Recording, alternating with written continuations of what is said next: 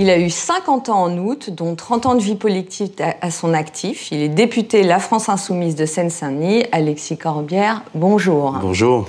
L'actualité est riche en ce moment, on parlera du plan pauvreté, mais d'abord, un rapport va être rendu au Premier ministre qui propose de généraliser l'armement des policiers municipaux. Vous êtes pour, vous êtes contre? Moi, je ne suis pas favorable à cela. Je Pourquoi? pense que c'est la police nationale qui doit garder l'usage de la force, et notamment des armes à feu. La police municipale, par définition, selon les communes, il y en a pas, il y en a, elle a plus ou moins de pouvoir. Donc on voit bien que progressivement, il y aurait, ne nous le cachons pas, une délégation en quelque sorte de ce qui est une mission de service public vers les communes, qui, selon leurs moyens, auraient plus ou moins les capacités d'assurer ça.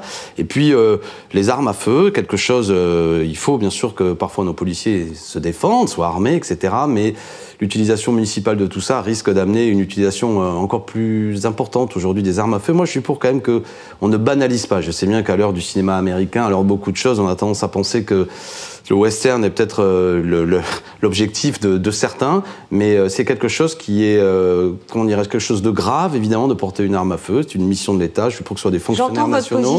J'entends votre position de principe, mais dans l'état actuel des forces de police, des effectifs et du danger, vous seriez maire, vous auriez une police municipale, vous feriez quoi?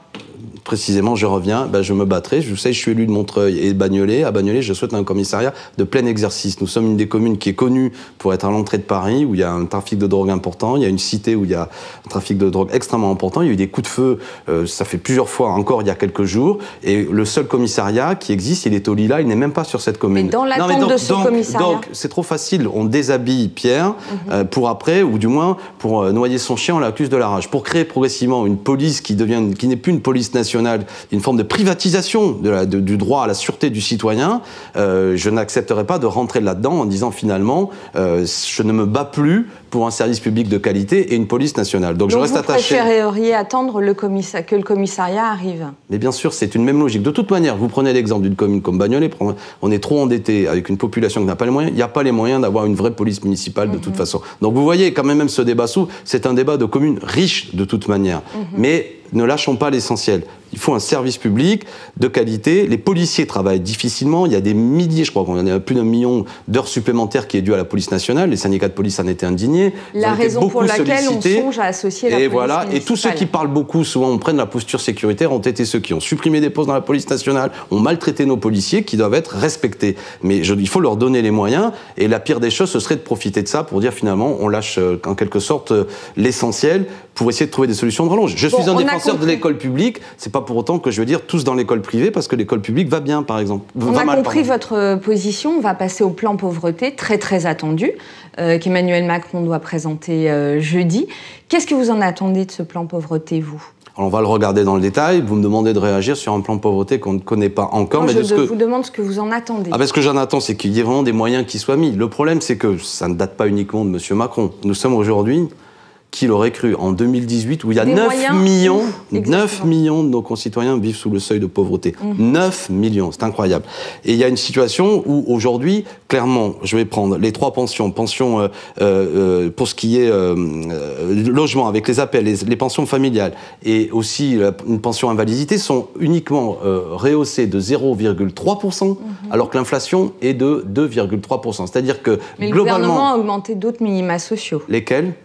Oui, des minima sociaux, mais par rapport à cette baisse généralisée, il va de soi que les moyens qui sont mis sont à la baisse. C'est ça la réalité. Vous rajoutez à ça, pour nos retraités qui ont déjà subi l'augmentation de la CSG, vous avez clairement certains de nos retraités, notamment qui sont en situation modeste, qui perdent à la fin du mois parfois jusqu'à 50 €. Donc vous voyez, à l'heure actuelle, les pensions... Les retraités les plus modestes n'ont pas de hausse de leur CSG. On est d'accord, mais vous savez, moi j'ai encore dans ma circonscription, quand vous avez une pension de retraite à 1200, 1300 €, vous n'êtes pas non plus un retraité riche, ni même ce que je vais appeler une classe moyenne. Franchement, dans des grandes agglomérations parisiennes... Où est-ce que vous mettriez, vous, les priorités ? Il faut augmenter tous les minima sociaux, et à partir du moment où on considère qu'il faut un salaire minimum, moi je crois qu'aucune pension ne doit être en dessous du salaire minimum. Et c'est pareil pour tout ce qui est des aides. Vous ne pouvez pas considérer qu'en dessous de 900 €, c'est à peu près ça, on vit sous le seuil de pauvreté, et nous-mêmes accepter un système qui fait que nous aidons les gens parfois en ne les sortant pas de la pauvreté. Ce que vous nous dites, c'est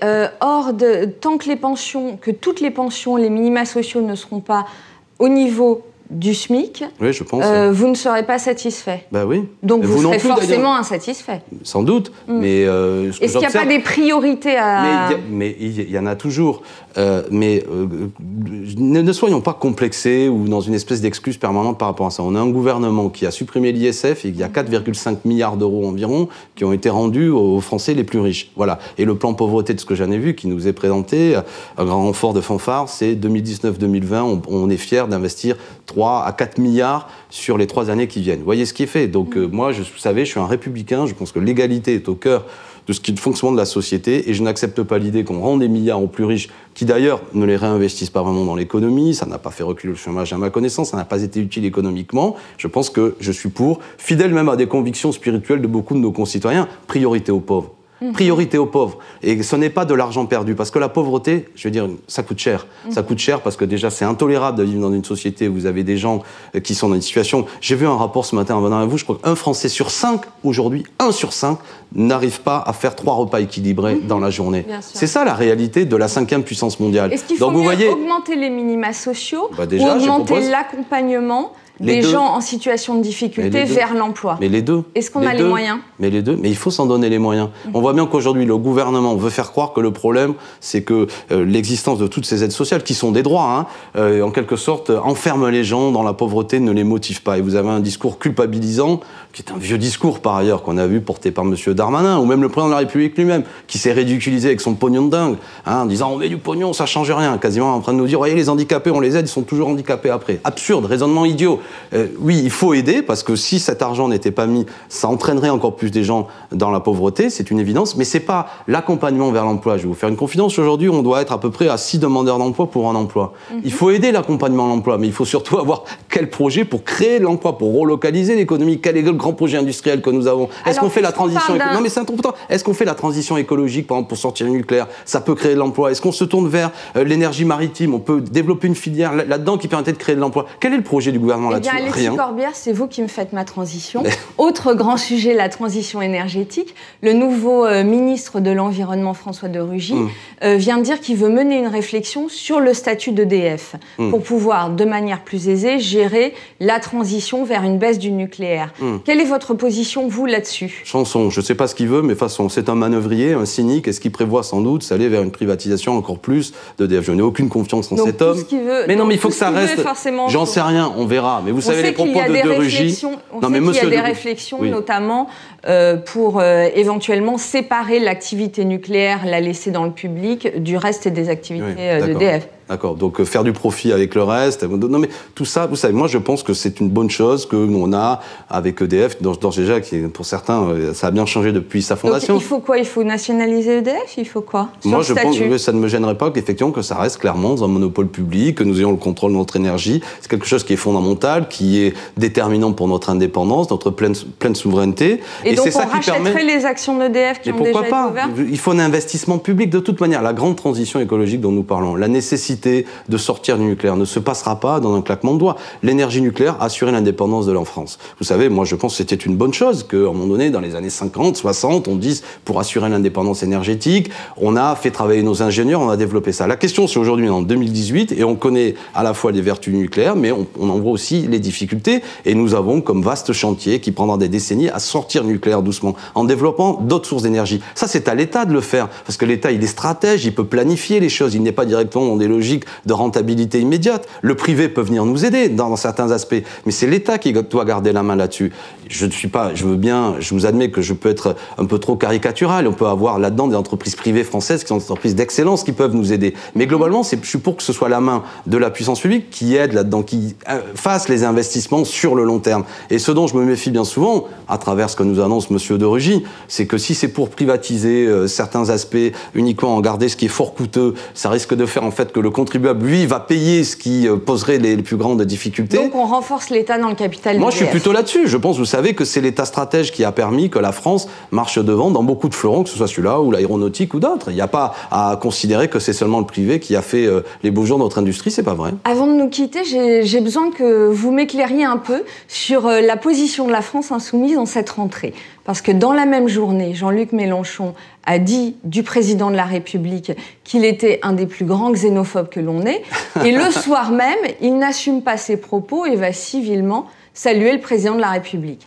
Alors, où est la sincérité là-dedans ? Parce que si le président de la République est un xénophobe, clairement, il faut le combattre et ne pas lui serrer la main. Si en revanche c'est un adversaire, la civilité s'impose.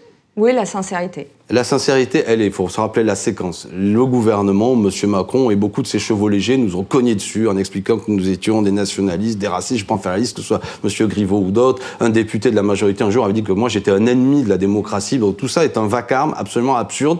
Et Jean-Luc Mélenchon réagissait le matin en disant « Si moi je suis xénophobe, alors, disait-il, Macron est le plus grand xénophobe que nous ayons. » Le soir même, M. Macron, gentiment, va voir Jean-Luc Mélenchon, dit qu'il pense beaucoup de bien de lui, que c'est un adversaire stimulant. Bon, Jean-Luc lui dit, après un journaliste qui lui dit « Est-ce que vous pensez que c'est le plus grand xénophobe ?» Jean-Luc dit « Bon, j'ai peut-être un peu exagéré, s'il devient aussi urbain que moi. » Mais c'est compliqué de la part d'un tribun comme Jean-Luc Mélenchon de ne pas pouvoir assumer ses propos en face de la personne dont il a parlé. Le président de la République, ce qu'il y a d'amusant, vous voyez, c'est que vous n'interrogez pas Emmanuel Macron en disant que c'est lui qui n'assume pas ses propos devant Jean-Luc Mélenchon. Il n'a pas dit que Jean-Luc Mélenchon était xénophobe. Mais il n'a pas non plus rappelé à l'ordre tous ses amis qui nous ont traités de xénophobes et qui le font assez régulièrement. Donc Emmanuel Macron, pour vous, c'est un ennemi ou un adversaire ? C'est un adversaire politique indiscutablement. Mais pas un ennemi. Mais en démocratie, vous savez, il n'y a pas vraiment d'ennemis. À partir du moment où les gens ne veulent pas remettre en cause au moins les libertés fondamentales qui sont le droit de vote, etc. Donc on est tous dans une adversité politique dont le but est que chacun puisse se faire entendre et convaincre pour pouvoir l'emporter. De toute manière, Emmanuel Macron fait beaucoup de mal, je pense, à ce pays et nourrit, lui, la xénophobie, le nationalisme, sans aucun doute. Ça, vous savez, les politiques libérales, brutales, souvent qui veulent faire porter au peuple la responsabilité des problèmes, amènent à ce que vous avez souvent les peuples qui se dressent. Et s'il n'y a pas une solution humaniste comme la nôtre, ça peut être des solutions xénophobes. Donc c'est pourquoi il faut nous aider. On va s'arrêter là. Merci. Au revoir Alexis Corbière.